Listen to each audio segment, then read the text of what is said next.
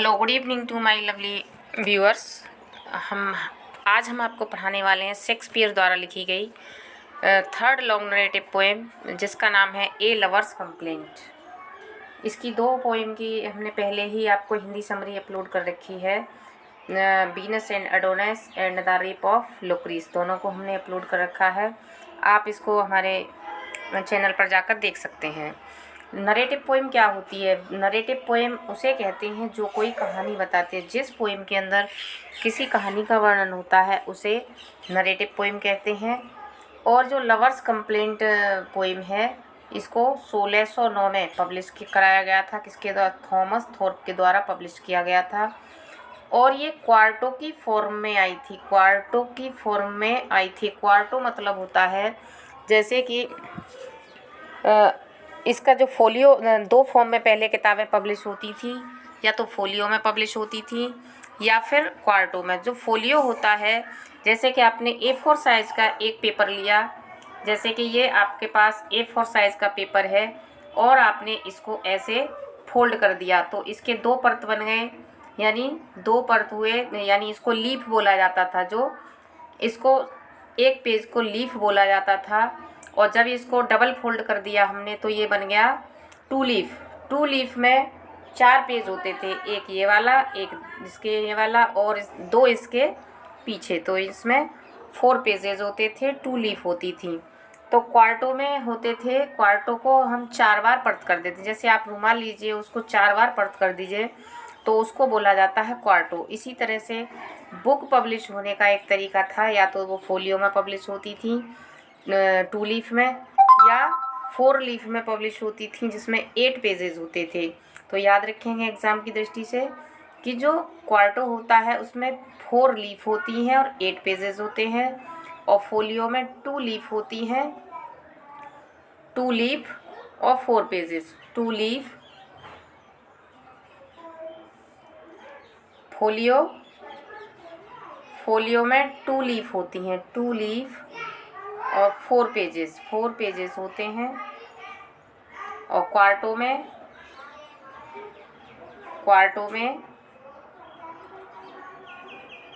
4 leaf होते हैं, 4 leaf और 8 पेजेस होते हैं, 8 पेजेस होते हैं।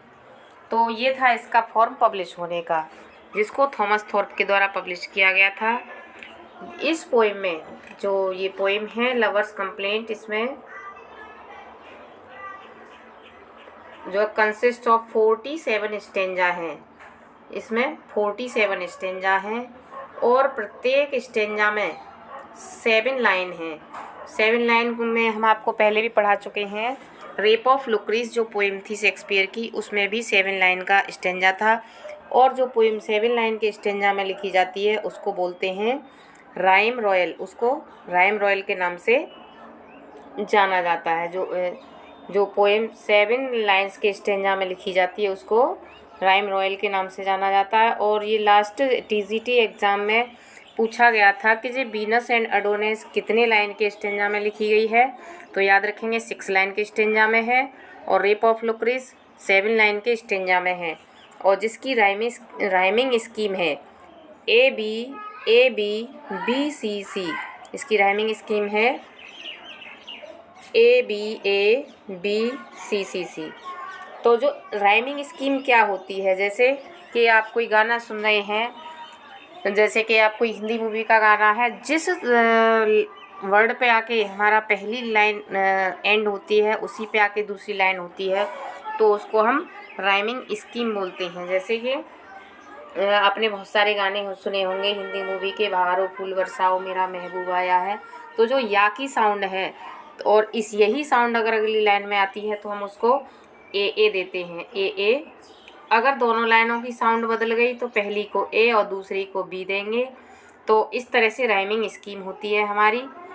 ए मीटर आइडेंटिकल, और इसमें जो मीटर आइडेंटिफाई हुआ है वो सेम उसी पोएम के समान है जो रेप ऑफ लुक्रीस का था। यानी इसका जो मीटर है आइएम्बिक पेंटामीटर है, जो रेप ऑफ लुक्रीस में था।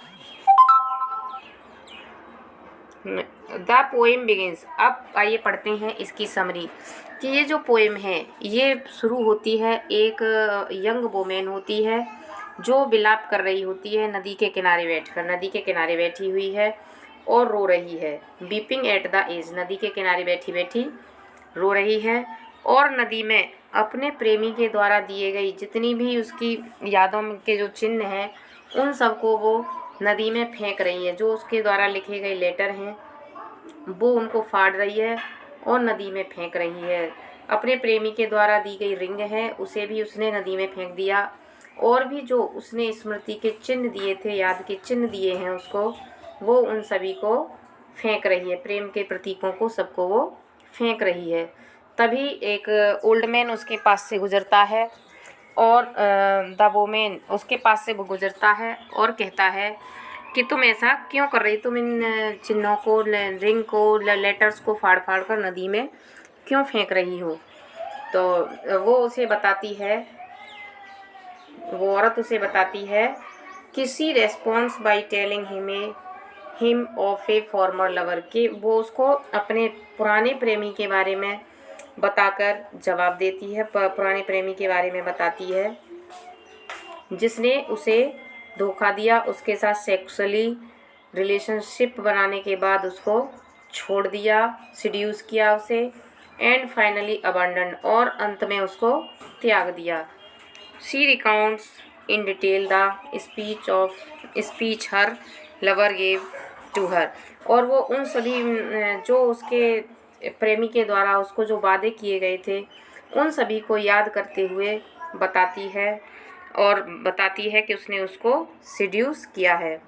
अंत में सी कंक्लूड्स हर स्टोरी, और अंत में वो अपनी स्टोरी को समाप्त करती हुई कहती है कि अब मैं भी अपनी उम्र जैसे कोई नए लड़के, यंग मैन को चुनूंगी, उससे प्यार करूंगी और उसके साथ अपना जीवन बिताऊंगी।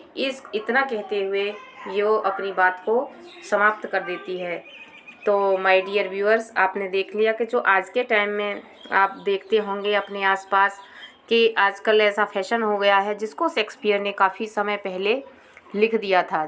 शेक्सपियर जो आज हमारे सामने घटनाएं हो रही हैं, जैसे आज एक नया प्रेमी है कल दूसरा है, तो वो सारी घटनाओं को शेक्सपियर पहले ही लिख चुके हैं और शेक्सपियर ने इसमें बड़े ही ब्यूटीफुल तरीके से किसी की बेवफाई को यहाँ एक्सप्लेन किया है और युवती द्वारा लिए गए स्टेप को भी उसने बताया है।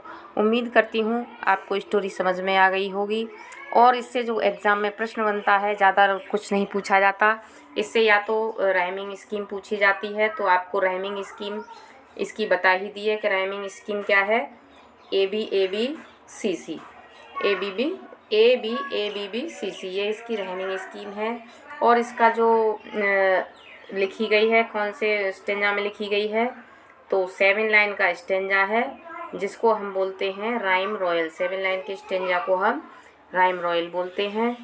और अगला क्वेश्चन बनता है इससे कि इसमें कितने स्टेंजा हैं, तो इसमें 47 स्टेंजा हैं और प्रत्येक स्टेंजा में कितनी लाइनें हैं, 7 लाइन्स हैं।